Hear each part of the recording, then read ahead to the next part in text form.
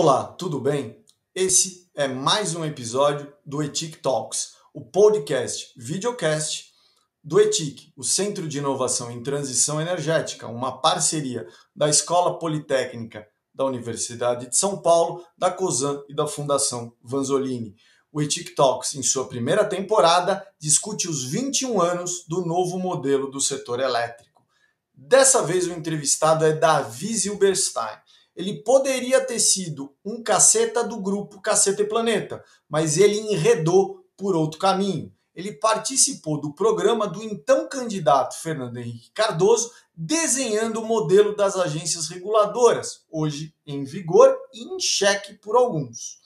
Ele foi secretário de Energia do Estado de São Paulo, iniciando o processo de unbundling, separando distribuição, transmissão e geração. Com isso, ele liderou as privatizações do setor de energia elétrica no Estado, privatizando distribuidoras de energia elétrica, de gás natural e geradoras de energia elétrica.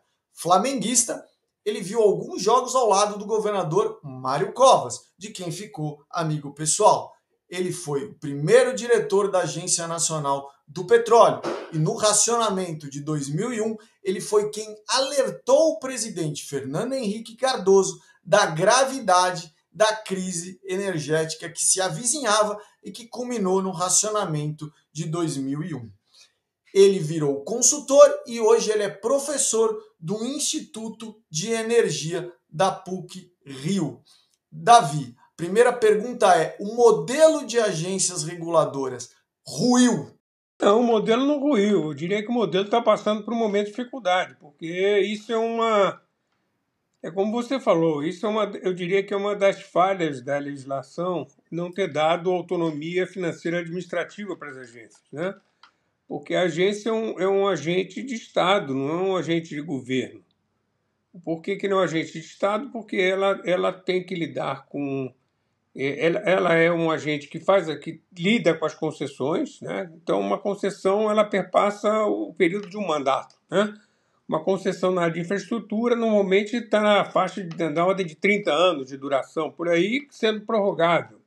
Então, a agência reguladora não pode ficar sujeita aos humores do governo que estiver no momento. Quer dizer, então, eu não diria que o modelo ruiu. O que acontece pode ser corrigido imediatamente. O modelo pode ser mudado, claro, dando autonomia para as agências, autonomia financeira e administrativa, mas o que está acontecendo agora pode ser resolvido você repondo o orçamento, repondo o pessoal que está faltando e deixando a agência funcionando no que ela pode. O que acontece é o seguinte: o que está acontecendo agora é um equívoco grande do governo, porque a agência é o principal fiador dos investimentos externos na área de infraestrutura.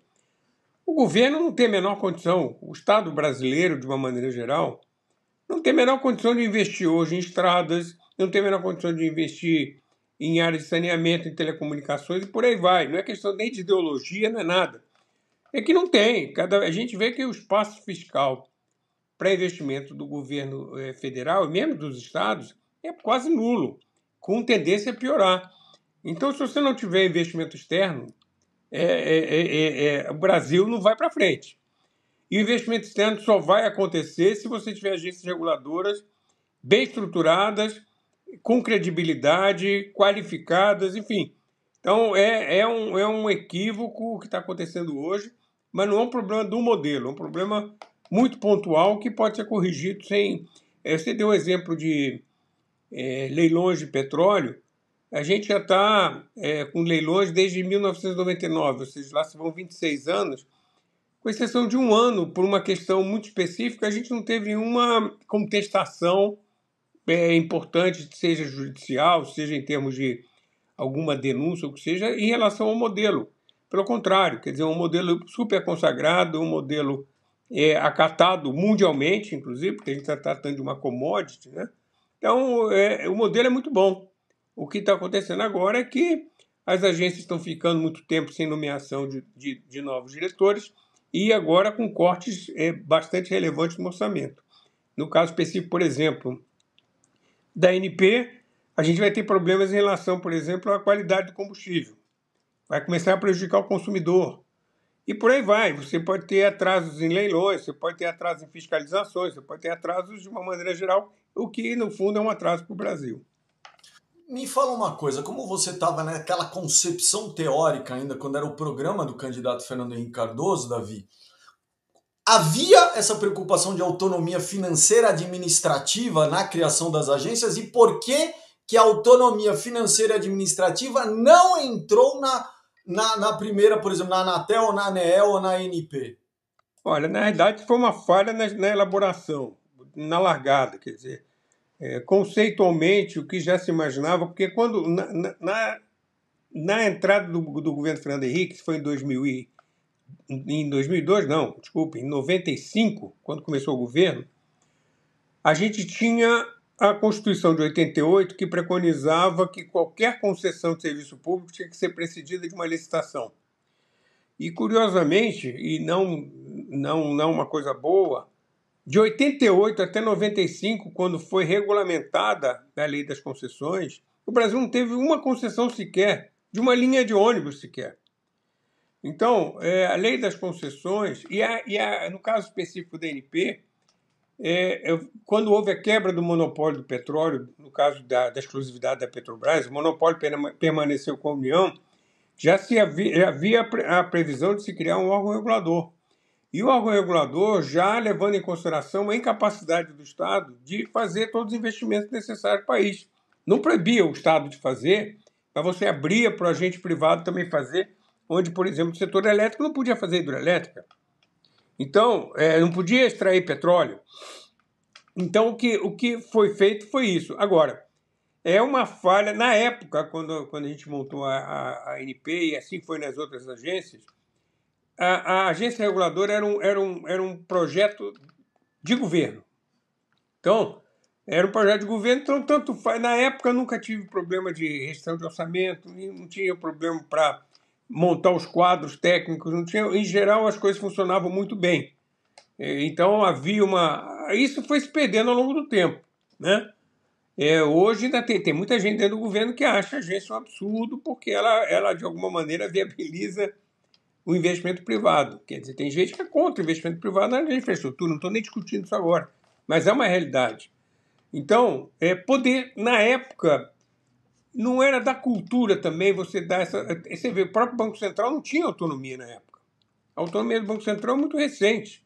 O próprio Banco Central, que no fundo, que é uma super agência reguladora, o Banco Central não tinha autonomia financeira administrativa. Isso vai acontecer há muito pouco tempo. A autonomia que a agência tinha era na questão dos mandatos dos seus quadros, dos seus diretores, e tinha uma flexibilidade grande, principalmente no início. Isso foi se perdendo, as agências foram sendo objeto de barganha política, porque o que eu entendo é que no início não havia uma compreensão muito clara de quão importantes eram as agências. E com o tempo isso foi aparecendo e as agências começaram a virar objeto de cobiça, né? E cobiça de uma política, principalmente. Então, isso envolve também tanto quem gosta de nomear, como a questão de você, muitas vezes, atrapalhar ou mesmo manipular uma agência, por exemplo, com orçamentos ou com restrições administrativas. Você acredita que é possível agora discutir autonomia financeira administrativa com esse presidencialismo de coalizão, digamos assim, sofrendo muito nesse momento, com o legislativo mais forte? É possível a gente discutir agora ter autonomia financeira administrativa, porque agora começou a ficar evidente que isso é fundamental ou não, Davi? Francamente, não. Porque, como eu falei antes, as agências viraram. A percepção do poder das agências demorou para acontecer, mas aconteceu. Quer dizer, e aqui eu não coloco em dúvida nenhum dos quadros hoje das agências. De uma maneira geral, eu acho que eu conheço mais de perto, inclusive, são pessoas super qualificadas que zelam pela sua reputação técnica, pela sua reputação pessoal. Mas não é o mundo ideal, e eu vou dizer também, eu vou fazer justiça, isso é no mundo inteiro, de uma maneira geral, tá? nos Estados Unidos, que foi onde você tem órgãos reguladores desde o início do século passado, você tem indicações políticas muito fortes, inclusive muitos deles são obrigados a falar com a sua preferência partidária lá, muitas vezes. Então, o que não é bom, e no Brasil não precisa ter isso. Quer dizer, eu diria que, por exemplo, você pegar os quadros que estão hoje nas agências, são quadros técnicos. Agora, nunca é bom, mesmo que na realidade isso não aconteça, nunca é bom você ter uma agência reguladora que uma das, vamos dizer assim, das características que, de alguma maneira, moldam a reputação de uma agência é a independência em relação ao governo. A qualquer governo. Não estou falando deste governo, a qualquer governo. E fica muito difícil isso acontecer quando você tem essas restrições, né, na questão do orçamento, e você tem um viés político muito forte na indicação dos seus membros. Quer dizer, já aconteceu na própria ANP, você tem indicações políticas bastante esdrúxulas, eu diria, né? E que, de alguma maneira, prejudicaram muito a reputação da agência, que depois isso foi revisto, foi refeito. Por isso que eu digo, o modelo ele é bom. O problema é que na aplicação do modelo é que você pode, vamos dizer assim, criar uma certa distorção em relação aos princípios que devem reger uma agência. Isso já aconteceu. Hoje, até onde eu sei, não acontece. Quer dizer, mas tem um problema sério. Quando você demora, como agora no caso da ANEEL, você demora mais de um ano para indicar alguém para uma vaga, não faz sentido nenhum você demorar um ano para indicar uma pessoa para uma vaga numa agência reguladora. Quer dizer, qual é a explicação disso? A gente sabe, de alguma maneira, qual é a explicação, mas não é bom. Isso realmente não é bom.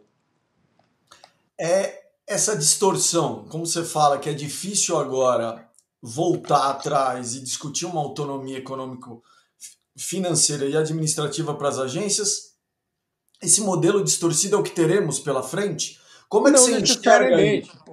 Não necessariamente. Eu acho pouco provável, vamos dizer assim, no ambiente, na conjuntura, tanto do executivo quanto do legislativo, que são os dois agentes, que um indica e o outro aprova, né? No caso, o executivo indica, o Senado aprova. Eu diria que hoje não há esse ambiente propício para isso. Mas já aconteceu no passado e nada impede que aconteça no futuro. Quer dizer, aliás, isso é um problema para tudo, né? De alguma maneira, para tudo que acontece hoje no Brasil. A gente hoje tem uma situação completamente diferente daquela que a gente conhecia no passado. Eu, quando estive no governo, a gente tinha uma interlocução importante com o Congresso, natural, mas era uma interlocução onde existiam barreiras muito claras e havia vamos dizer assim, eram relações pouco intrusivas, tá? Ou minimamente intrusivas. Eu acho que a gente tinha a obrigação de atender parlamentares, de ouvir, são pleitos legítimos. E tinha de tudo, mas eu diria que a grande maioria dos pleitos eram pleitos legítimos, por exemplo, de um deputado ou de um senador que trazia um pleito de alguém que ele representava. O que não quer dizer que seja uma coisa errada. Não, muito pelo contrário, eu acho que essa é saudável. Isso dependendo que seja transparente e que seja de uma maneira absolutamente republicana. Então, só que eu acho que em algum momento se quebrou. Primeiro, vamos dizer assim, rachou o dique com indicações políticas no passado, principalmente. No final dos anos 2000. O exemplo da ANP teve um momento em que foi entregue a um partido político. No final dos anos 2000, justo quando culminou com a descoberta do pré-sal e o modelo de exploração. Mas, exatamente. Quer dizer, isso foi de alguma maneira revertido. E eu diria, hoje, você não pode... Hoje, o que tem nas agências que eu conheço mais próximas são a ANP e a ANEEL, você não pode dizer que elas estejam capturadas partidariamente. Não entendo que estejam, pelo contrário, eu acho que são... As pessoas que estão lá têm interesses legítimos em relação ao que preconiza o que deve ser uma agência reguladora. Mas é isso que eu estou dizendo. Você me perguntou do futuro, pode melhorar, pode piorar, como já aconteceu no passado. E lembrando que quando você era diretor, né, Davi, você não viveu a lei das agências de 2019. que a lei da agência tentou criar alguns mecanismos adicionais de blindagem política desse modelo, né? Não, eu não vivi, mas por outro lado, como eu falei antes, eu não tive nenhuma interferência, por exemplo, na montagem da diretoria. A primeira diretoria da agência foi muito claro, era o ministro Raimundo Brito, e aí dependia muito também, quando eu falei que era um projeto do governo, o ministro Raimundo Brito abriu mão de um poder importante que ele tinha como ministro de Minas e Energia na hora que ele apoia a criação de uma agência. Porque até então a parte de petróleo era o DNC, o Departamento Nacional de Combustíveis, e a antecessora da ANEEL era o DNAE, que é o Departamento de Águas e Energia Elétrica. Quer dizer, e isso era do gabinete do ministro. Quando você cria a agência, você tem que ter um desprendimento e acatar uma política de governo, dizendo, olha, daqui para frente, esses braços hoje de governo deixarão de ser braços de governo, serão braços de Estado. Então, na montagem da agência, foi naturalmente numa conversa muito... ele foi muito positivo, muito Brito. Nós conversamos o seguinte, olha, naturalmente o diretor do DNC será um dos diretores da agência, o diretor do departamento, no caso da ANP, do departamento de mineração seria outro diretor, e eu escolhi outros dois diretores que vinham, um era o secretário de Ciência e Tecnologia do Rio de Janeiro, porque, inclusive, quem pega a história da ANP vai ver que o papel da ANP na área de Ciência e Tecnologia foi sempre determinante, e uma pessoa administrativa com quem eu já tinha trabalhado anteriormente quando secretário de Energia em São Paulo. Esse foi o critério. Quando um dos diretores, o antigo diretor do DNC, saiu para um cargo internacional, eu trouxe um outro diretor, que também não tive nenhum tipo de rejeição, pelo contrário, que foi quando a gente abriu a área de biocombustíveis. Então tinha uma lógica nas coisas, era ciência e tecnologia, biocombustíveis, a parte mais técnica de petróleo mesmo, quer dizer. Então, tanto que a agência até hoje, o que a agência já proporcionou em termos de ciência e tecnologia, por exemplo, 1% da receita das empresas. Isso foi uma coisa que veio da agência, no primeiro contrato. A questão do conteúdo local, diferente do que é hoje, mas o conceito de conteúdo local apareceu no primeiro contrato de concessão. Então, a agência teve um papel muito relevante, não só na abertura de mercado, mas principalmente no processo de evolução de ciência, tecnologia, formação de pessoal. A agência até hoje, o PRH, que é o Programa de Recursos Humanos. Então, teve aí e isso graças à autonomia que a agência tinha. E que isso foi bastante importante.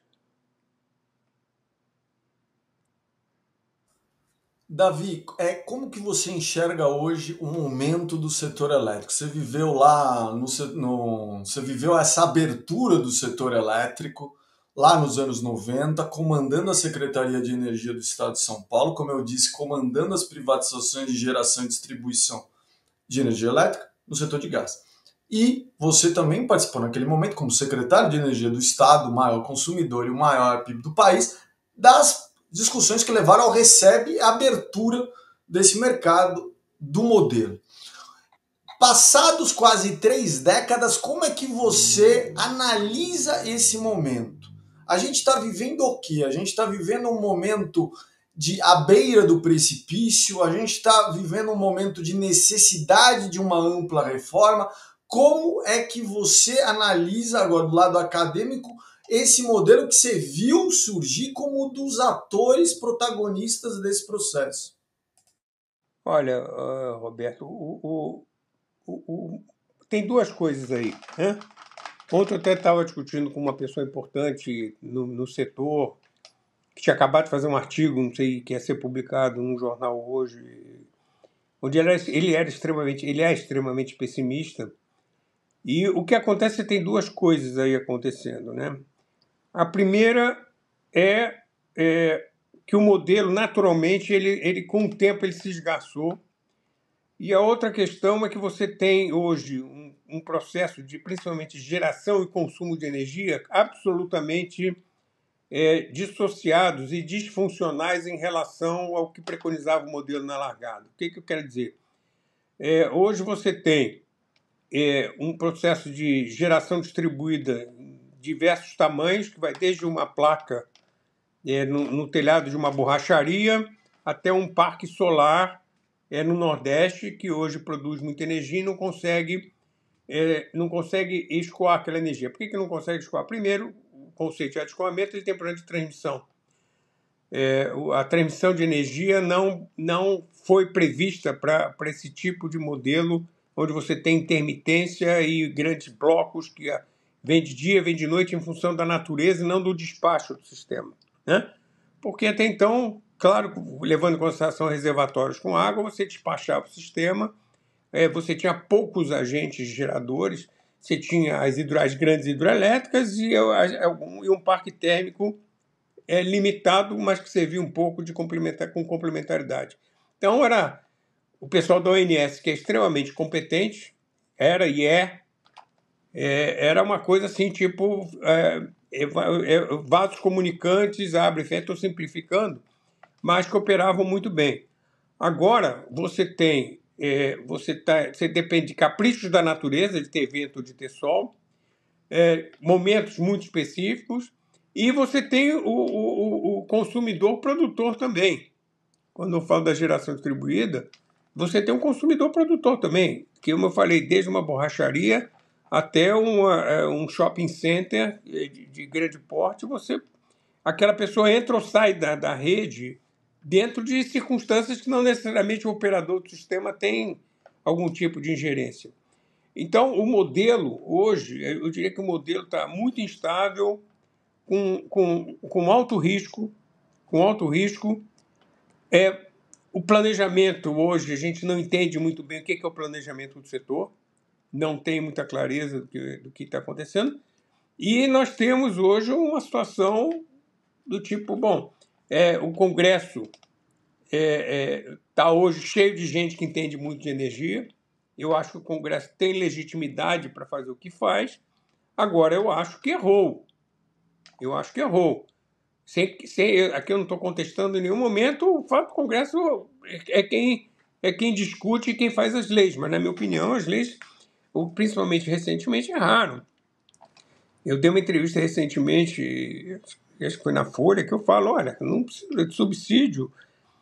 Olha, eu fui das pessoas que mais estimulou e até ajudou na estruturação do Proinfa, que na época, como qualquer energia nascente, uma tecnologia nova, tudo que você tem uma necessidade é que nem uma criança, né? Uma criança não se alimenta sozinha, não anda sozinha e tal, mas depois ela cresce e ganha autonomia. O Proinfa continua, hoje, se você pensar em ficar usando o Proinfa, é a criança que não sai da casa dos pais aos 40 anos, entendeu? Então, não faz sentido você ficar bancando um marmanjo que poderia estar em outra situação. A mesma coisa a energia solar. A mesma coisa, você não precisa mais hoje. Você pode até fazer uma transição de redução progressiva e tal, mas tem que ter data para acabar e não é em 2080. Então, o que está acontecendo hoje, você tem a conta de desenvolvimento energético que começou muito pequena, fora a CCC, que é a conta de combustíveis, que sempre existiu, que ela foi crescendo, tudo cabia lá dentro. Então, hoje, o sistema ele é anômalo em termos operacionais, ele é anômalo em termos arrecadatórios, ele é péssimo para o contribuinte, ele é péssimo para o consumidor. Quer dizer, tem que dar precisa muito de um mega freio de arrumação em relação ao que está acontecendo. E mais, o desafio não é questão de ser mais ou menos competente, é a evolução tecnológica que continua com fontes de energia que vão progressivamente entrando no sistema. Como lidar com isso? Quer dizer, é um desafio enorme. Eu acho que tem um lado que é da natureza, um lado que é do comportamento humano, um lado do planejamento e principalmente um lado de futurologia, do tipo, olha, como é que a gente vai lidar com isso? Eu particularmente, tenho muito receio do que pode acontecer em relação ao sistema elétrico. Sem contar as novas cargas que vão entrar. Todo mundo está botando, por exemplo, o data center, o que seja, como uma panaceia que vai resolver todos os problemas dos investimentos no Brasil, o que seja. Eu tenho minhas dúvidas, mas não estou nem discutindo isso. Mas vai ter precisar de grandes, imensos blocos de energia, e esse é um problema do mundo todo, diga-se de passagem, mas que aqui no Brasil, eu não sei como... A gente tem um sistema interligado que tem um lado muito positivo, né? Você consegue fazer trocas de energia, vasos comunicantes, com uma capilaridade enorme, você diminui riscos de falta aqui ou ali. Agora, o que você tem de atendimento, você pode ter de falhas também. E essa capilaridade, esses vasos comunicantes, eles podem ser muito perigosos, e dependendo do tamanho do problema e das circunstâncias. Foi o que aconteceu agora na Península Ibérica com o problema na Espanha. Se a gente está sujeito... Só que a gente tem um sistema infinitamente maior do que o deles, em termos de volumes de carga, em termos de linhas de transmissão, tudo. Então, é um risco grande também. Eu acho que a gente deveria ter atenção, e quem mexe com isso, o governo, eu acho que estão atentos a isso agora. Como resolver? Vamos ver como é que essa turma vai ter que se virar. Você estava falando que esse sistema tem várias anomalias. Anomalia ali na operação, tem anomalia ali no planejamento, porque se a gente olhar aqui, a gente está com a bandeira de uma cor, a gente tá com sobre-oferta de energia, a gente está cortando geração renovável, curtailment, aí 20-25%. Só que aí você olha o ONS fala ali no plano dele, o PEN, 2026 a 2029, que 2029 o risco de você ter um problema localizado é de 92%. É quase certeza de você ter um problema. Então, quase certeza, exatamente. Quase certeza. Então a gente está com uma anomalia. Agora tá bom para quem, Davi? Por que esse sistema desarrumou tanto assim? Quem que vai arrumar? São os atores quando a gente chegar o quê? Uma crise como a do racionamento, é isso? A gente vai ter que chegar a uma crise para dar uma arrumada? Olha, você vê, a gente está com excesso de energia e bandeira vermelha. Então, você tem duas coisas. Você tem um problema de energia, mas tem um problema de pico, de pico também, de potência. De potência. Então, é difícil você saber primeiro. Vamos dizer, no passado você dizia assim, não, eu vou fazer umas térmicas e... Mas você não sabe essa térmica se vai rodar ou não. Se você tiver dias muito ensolarados, dependendo do horário de pico, você vai atender ou não. Durante uma semana, todo mundo está com a energia sendo atendida. Aí você muda um pouco a meteorologia, ou muda o comportamento das pessoas, ou as pessoas saem de férias. É um planejamento extremamente diferente do que a gente está acostumado no passado. Extremamente diferente do que a gente está acostumado no passado. E hoje o que está acontecendo, você falou dos cortes, do curtailment, né? Hoje está parado. Hoje você não tem praticamente mais investimento nenhum em grande solar ou em grande eólica, porque tem gente que está perdendo muito dinheiro. E não estou dizendo que esteja certo, porque o risco do negócio estava lá desde o início, tá certo? Não estou aqui defendendo ninguém, nem culpando ninguém, mas o risco do negócio estava lá. Quer dizer, eu se fosse fazer uma fazenda solar, eu ia pensar se o seu Gomes da padaria ele ia ou não comprar minha energia ou botar um coletor solar na padaria dele. Usar o forno dele, e agora as baterias que estão entrando também. Quer dizer, muito devagar, mas também é um processo inexorável, a questão da estocagem. Se você, durante o dia, conseguir estocar... há 10 dias eu cheguei de uma viagem na Amazônia. E o barco que eu passei 5 dias navegando pelo Rio Negro, o barco ele tem um conjunto de baterias que durante o dia ele vai armazenando nessas baterias e de noite, para não incomodar os passageiros, antigamente o gerador ficava ligado. De noite ele desliga o gerador. De noite ele desliga. É um barco, no caso, mas nada impede que seja um hotel ou que seja um... Então, como é que lida com isso? Essa é a questão. Ele para dar conforto, ele resolveu fazer um investimento num banco de baterias que durante a noite supre o barco sem fazer barulho, por exemplo, sem gastar óleo diesel, por exemplo, também. Então, isso vai se multiplicar, vai ser mais grave ainda, né? você vai tornar mais grave essas incertezas de planejamento e principalmente incertezas operacionais do sistema. Lembrando que, como você estava falando sobre essa questão de armazenamento, nos Estados Unidos, ou talvez os dois lugares mais avançados do mundo em armazenamento, são o Texas e a Califórnia. Um estado republicano e um estado democrata, mas ambos usaram o sistema de formação de preço para deslanchar investimento em armazenamento. No Brasil, a gente não tem um sistema de preços aderente à realidade física do sistema, não é isso, Davi? É outro... Não temos, não, pelo contrário, eu acho que a gente não tem sistema de preços muito transparente, pelo contrário, a gente tem aí agora não sei quantos milhões de brasileiros não vão pagar a conta, a energia elétrica. Você manteve os subsídios, ou seja, o Robin Hood às avessas, né? Quem pode comprar um painel solar, e muita gente fala, eu tenho uma casa fora do Rio, eu ponho painel solar, nem quero fazer muita conta e tal, eu já vejo a minha conta. Quem não tem... É que nem um pouco a história, por exemplo. Quando você teve a transição da lâmpada incandescente para o LED, você tinha assim no supermercado, na prateleira, você tinha uma lâmpada incandescente que custava R$3, tinha 1000 horas e consumia 60 watts. Aí do lado você tinha uma lâmpada de LED que custava R$8, só que em vez de 1000 horas ela durava 10.000 horas e consumia 15 watts. Então você ganhava na durabilidade, mas o bolso de quem comprava só cabia comprar a lâmpada de R$3 que durava 1000 horas e ia pagar mais. No fundo ele pagava mais caro. E isso acontece de alguma maneira hoje no sistema brasileiro. De alguma maneira, hoje você começa... o tamanho, por exemplo, da conta de desenvolvimento energético, ela está sendo rateada pelo consumidor que não tem para onde correr. Não tem para onde correr. O sistema de preço que você está falando, ele é completamente anômalo nesse sentido, né?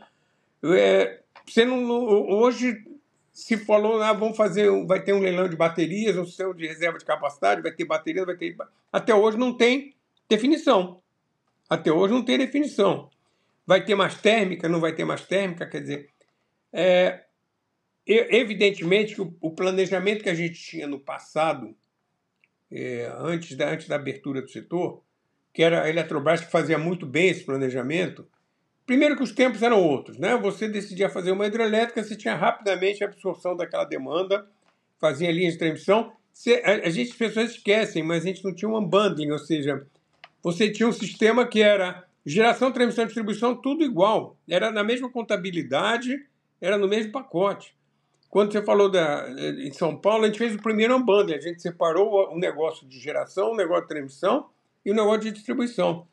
Então, isso aí mudou muito até na questão da sinalização de preços. Quer dizer, o cara que está numa ponta, você tem problemas assim, o risco de geração, que é alto quando você não consegue gerar ou quando você é obrigado a cortar.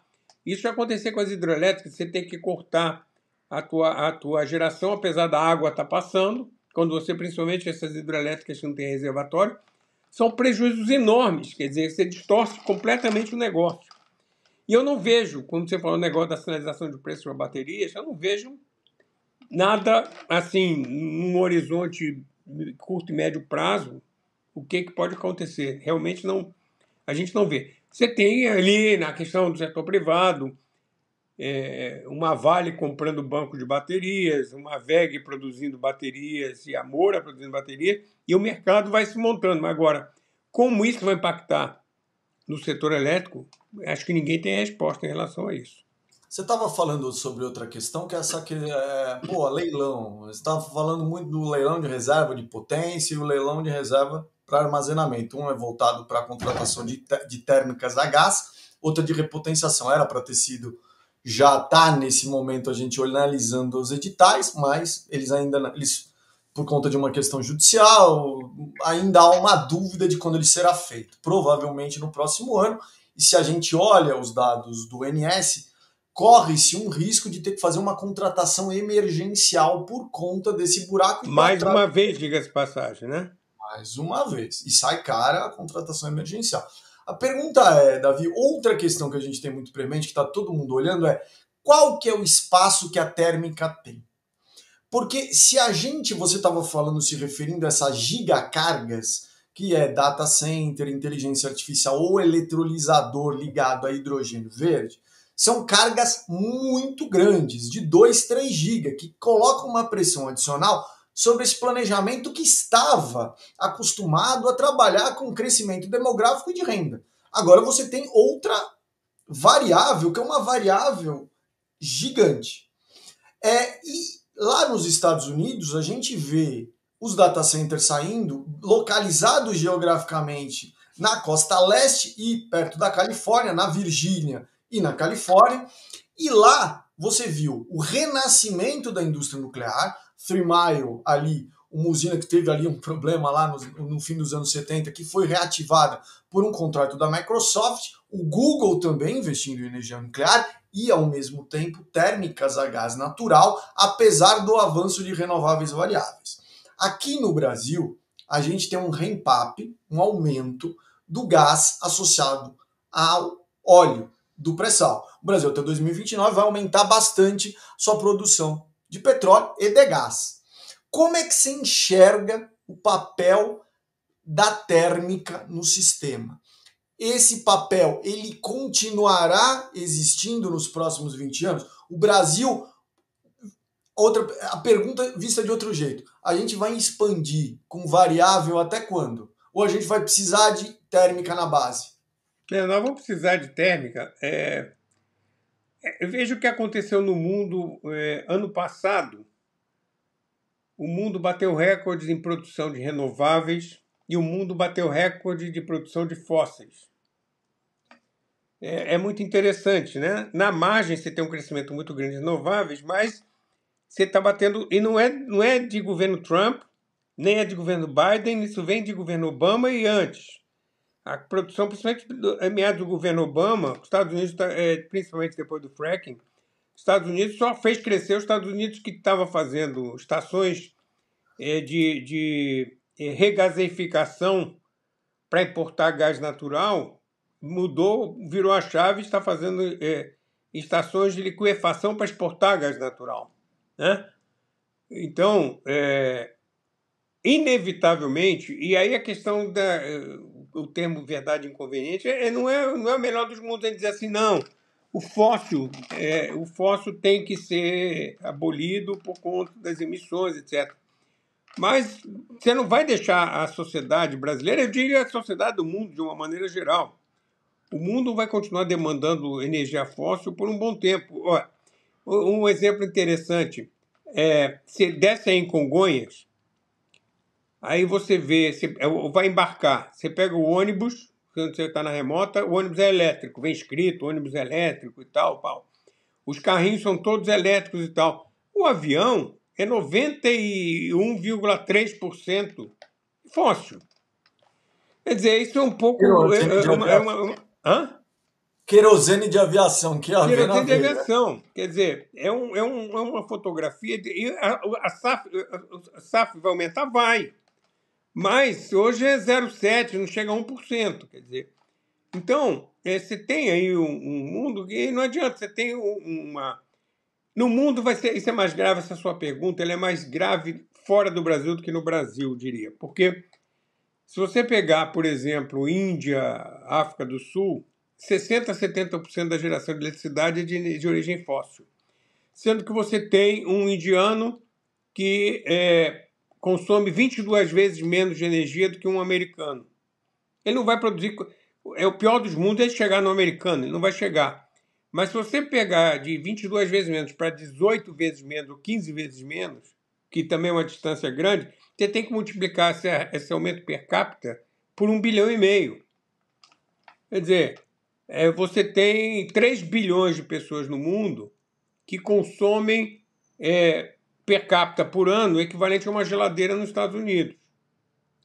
Então, aqui no Brasil a situação não é tão crítica, acumular, mas de alguma maneira se reproduz aqui também. A gente não pode abrir mão, por exemplo, primeiro, da segurança do sistema. Segundo, de atender demandas que são crescentes ainda. Você tem muita gente que tem cocção com lenha aqui no Brasil e que tem problemas sérios respiratórios, tem problemas sérios de mortes prematuras, de desmatamento e por aí vai. E a garantia do sistema. Eu acho que não é uma questão que não é nem uma questão de opinião, é uma questão de fatos. Como é que você vai garantir uma intermitência que depende muito da natureza enquanto você não tiver... É que nem os grandes reservatórios, a grande bateria hoje que a gente tem são as hidroelétricas, tá certo? A grande bateria que o sistema tem são as hidroelétricas. Enquanto a gente não tiver as outras baterias, vamos dizer baterias mesmo, que têm problemas ambientais, diga-se de passagem, né? Desde a mineração até o descarte, do que seja. Você tem que ter algum tipo de reserva para garantir que o sistema não vai colapsar. Você não liga e desliga um sistema intermitente como você liga e desliga uma térmica a ciclo aberto ou uma hidroelétrica. É da natureza da operação do sistema, você não tem outra alternativa. Então, o gás natural, naturalmente, vai ter um papel importante, tem que ter. E você falou de gás no Brasil, você também tem gás que, muito provavelmente, a gente tem possibilidade de trazer gás da Argentina também, que em quantidades muito expressivas, usando instalações, usando Brasil-Bolívia, como já tem conexão da Argentina com a Bolívia, ou entrando por outros lugares, principalmente pelo sul do Brasil. Então, eu acho que é inevitável, para que você tenha garantia de segurança. A gente falou de uma série de problemas que a gente pode ter se você não tiver reserva de, por exemplo, não de ciclo fechado, mas térmicas de ciclo aberto, que você consegue ligar o botão e ela funcionar. Eu acho que o risco que já é grande vai ficar muito maior. Eu acho que inevitavelmente a gente não vai fugir disso.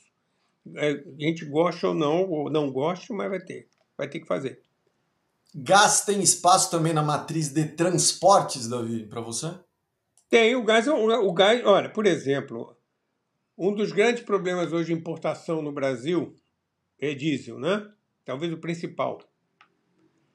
E o diesel é extremamente, dos combustíveis líquidos, talvez pior que ele é o óleo combustível, mas o diesel é altamente poluente. Se você pensar que mais de 80% da população brasileira está em zona costeira, e o gás normalmente chega pelo mar. Então, você tem instalações muito próximas da... Uma das coisas... Tem diversas finalidades. Primeiro, a redução das emissões. Claro que o ônibus elétrico é melhor. Mas você tem um processo e você não vai conseguir eletrificar essa frota. Aí vamos cair mais no problema também do que a gente estava falando anteriormente, né? Quanto vai ser de demanda de eletricidade para eletrificar uma frota como é a frota de ônibus no Brasil. Então, você tem um gás mais disponível perto das grandes concentrações urbanas, você reduz as emissões e, principalmente, também se reduz a dependência brasileira. Em vez de pensar em fazer mais refinaria para fazer diesel, vamos reduzir a demanda do diesel. Que, aliás, a questão sempre é demanda, não é oferta. Vamos reduzir a demanda do diesel. O gás, naturalmente... Aí pode ser que daqui a algum tempo, daqui a alguns anos, você comece a fazer a eletrificação da frota, quando você tiver... Uma cidade do interior, média, não consegue comprar ônibus elétricos, hoje é o preço que eles têm, de criar, por exemplo, aí em São Paulo, de onde você está falando, hoje está havendo problemas na frota de ônibus elétricos de abastecimento pela empresa de eletricidade. Quer dizer, é real, é hoje. Você não tem a menor condição de aumentar a demanda, não tem a menor condição de aumentar a demanda. Mesmo que você comprasse hoje, recebesse uma doação de ônibus elétricos. Uma pergunta sobre o contexto. Quando você era diretor da ANP, você viveu um contexto do mundo de óleo e gás diferente do contexto hoje. O principal mudança foi o papel dos Estados Unidos no cenário geopolítico e energético mundial. Quando você era diretor da Agência Nacional do Petróleo, o Brasil importava uma quantidade de derivados de petróleo considerável, estava começando aquele aumento de produção, mas os Estados Unidos eram grandes importadores. Por quê? Porque houve, depois, no metade dos anos 2000, a revolução do fracking e os Estados Unidos mudaram a sua posição no mundo da energia, de importador para exportador. Por isso que lá num trecho da entrevista você estava falando sobre a questão do GNL, de regaseificação e do governo americano impulsionando os investidores. Então a grande mudança hoje é o papel dos Estados Unidos. Então a gente está vendo, por exemplo, a gente viu uma guerra da Ucrânia e da Rússia tendo um grande impacto sobre a Europa, porque a Europa, o bloco da União Europeia, a Alemanha, grande importadora do gás russo. Mas os Estados Unidos viram, por exemplo, esse conflito agora no Oriente Médio de forma bem diferente do que eles assistiram nos anos 70, nos anos 80, nos anos 90 e no 2000. Como é que se enxerga esse cenário geopolítico agora com essa mudança profunda e estrutural dos Estados Unidos? Como que se enxerga e com a emergência da China? Você estava falando assim, pô, a Índia aqui tem essa questão, mas a China, ela está crescendo e liderando os investimentos em renováveis para e passo com a adição de carvão na matriz. Ela está crescendo os dois muito, não é um. Ela não está deixando de reduzir o consumo de carvão, ela está continuando a adicionar com crescimento. Como é que você enxerga esse intrincado cenário geopolítico? Isso, começando pelo final, é aquilo que eu tinha comentado antes, do mundo bater recorde de consumo de energias fósseis e bater recorde de fontes renováveis. Um pouco você falou da cara da China. Né? Eu me lembro, quando o Obama aceitou a indicação do Partido Democrata, eu me lembro muito desse discurso dele. Ele dizia assim, isso foi em 2000 alguma coisa, não me lembro o ano exatamente. Ele dizia assim, eu prometo que em 10 anos nós vamos acabar com a nossa dependência, ou reduzir ou acabar, acho que era acabar com a nossa dependência de petróleo do Oriente Médio. Ele não falava do americano, do Oriente Médio. E ele conseguiu mais do que isso, foi uma casualidade, foi quando começou o fracking, o que o pessoal chama de óleo, gás de xisto. O nome não é muito adequado, mas eu prefiro, é o que está consagrado. E os Estados Unidos estavam naquela época importando, eram deficitários em termos de importação de gás do Canadá, em termos de importação de petróleo e gás do México, e com tendências de piora. Uma das empresas, se eu não me engano, na época a BG, que ainda existia a British Gas, ela fez investimentos maciços para importação de GNL nos Estados Unidos na época. E aí virou tudo de cabeça para baixo com a exploração do fracking. Agora, hoje, na questão geopolítica, você tem hoje uma OPEP que está abrindo as torneiras, tem uma torneira bem frouxa, eu diria, você não tem problema de oferta. Hoje, toda a questão, na minha opinião, o que está pautado é na demanda. Tá? O mundo vai em algum momento... Há muito tempo a gente ouve que vai chegar quando a gente falava em peak oil no passado, era quando a oferta ia chegar num ponto tal que não ia conseguir atender a demanda. Hoje o peak oil é o contrário. Em que momento em que você vai ter uma demanda menor do que a oferta?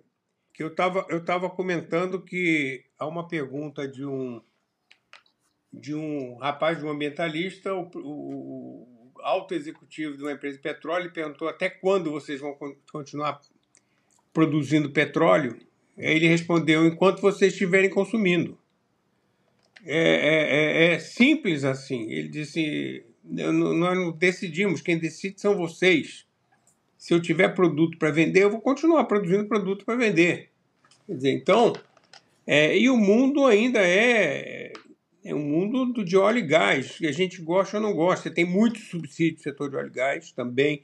A gente fala de subsídio do setor elétrico, mas tem muito subsídio no setor de óleo e gás. Sim, você tem estudos assim que são subsídios enormes que tem hoje no mundo também.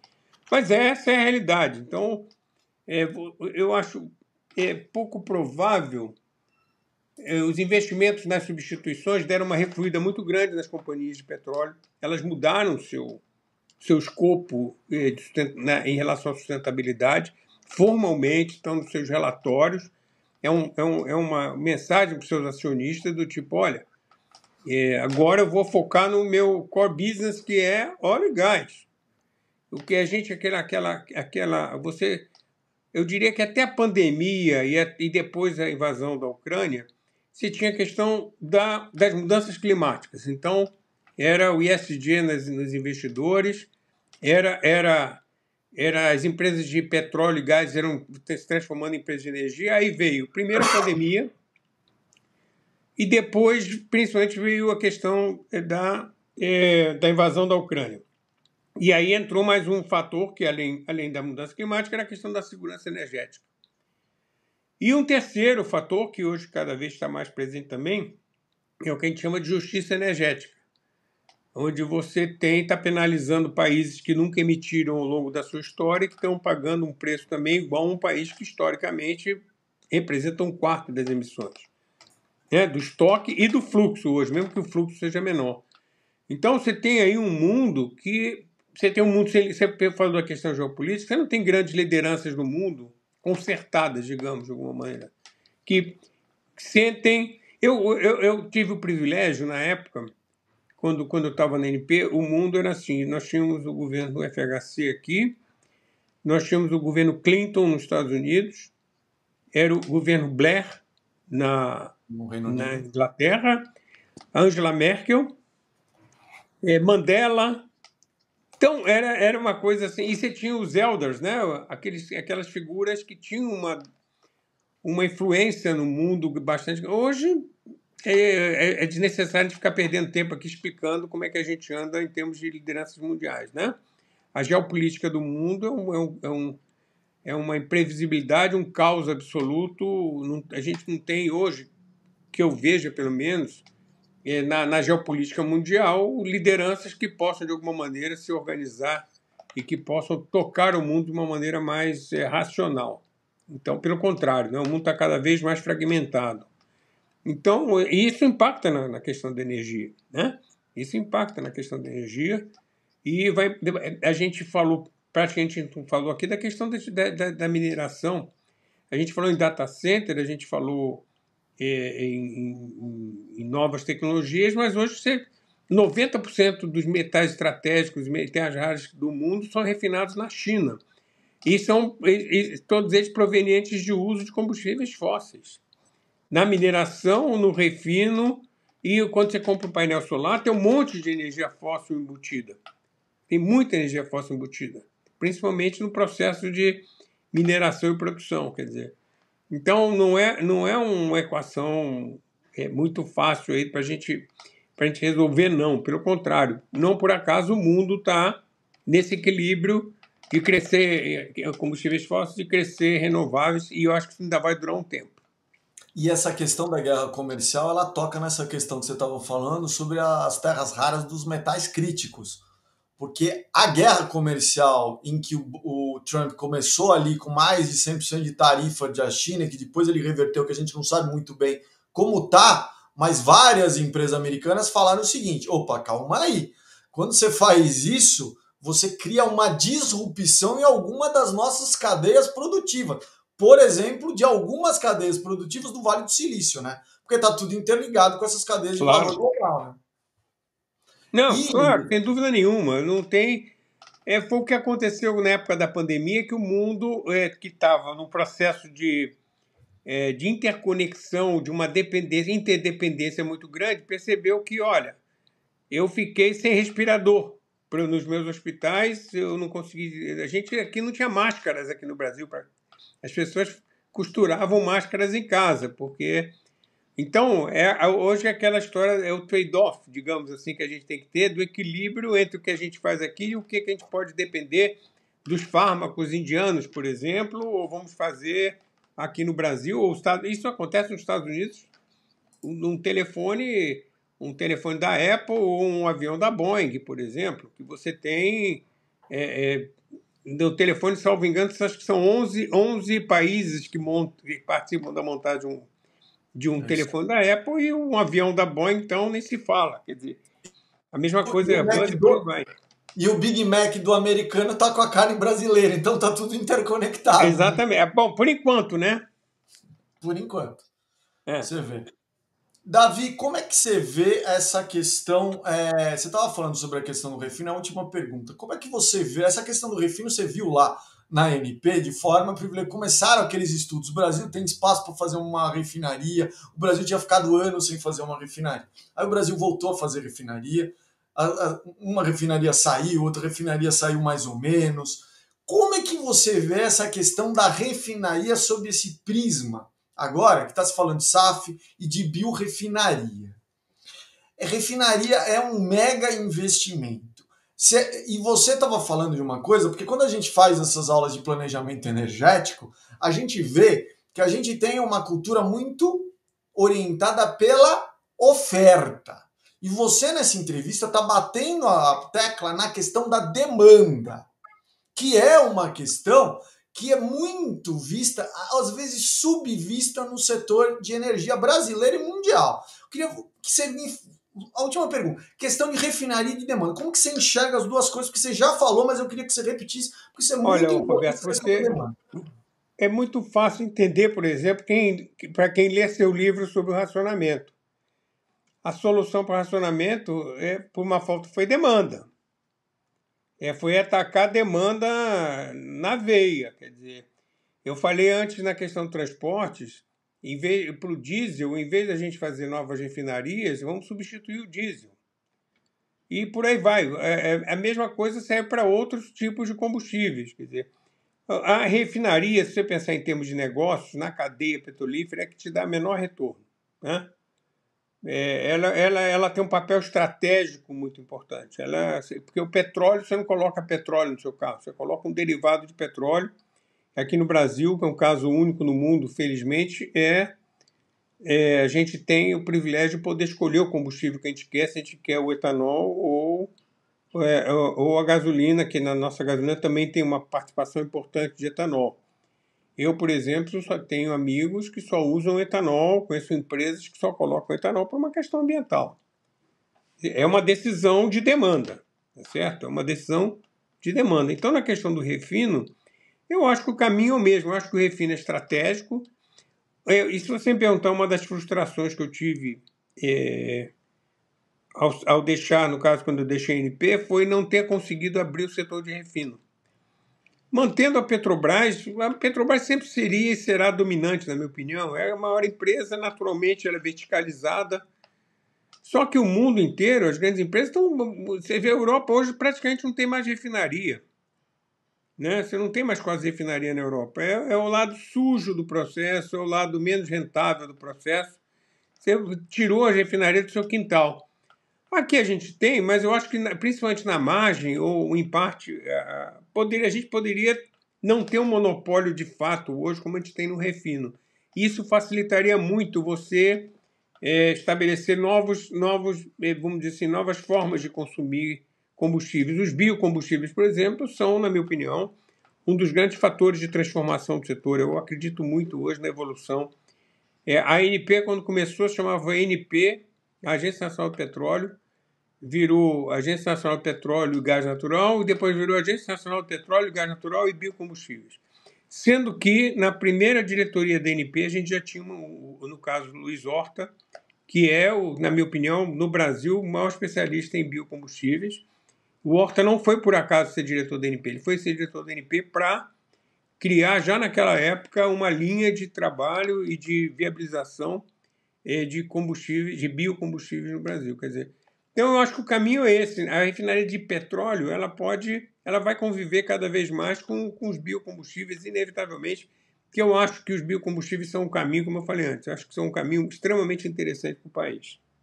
E o último comentário, o Davi estava falando sobre essa questão de racionamento e gestão da demanda. Quando ele desenhou lá num fim de semana em São Paulo, ele se enfurnou lá no escritório para desenhar um projeto da gestão de racionamento de energia. O que pouca gente sabe é que naquela época ele planejou o seguinte: você tinha que reduzir X% o teu consumo, e uma das ideias que ele teve é o seguinte: o consumidor residencial que reduzisse poderia negociar essa redução no mercado. Só que como ele achou que naquele momento seria demais, ele abandonou a ideia. Se isso tivesse saído, olha a diferença, né, Davi? Esse é um detalhe interessante que pouca gente sabe.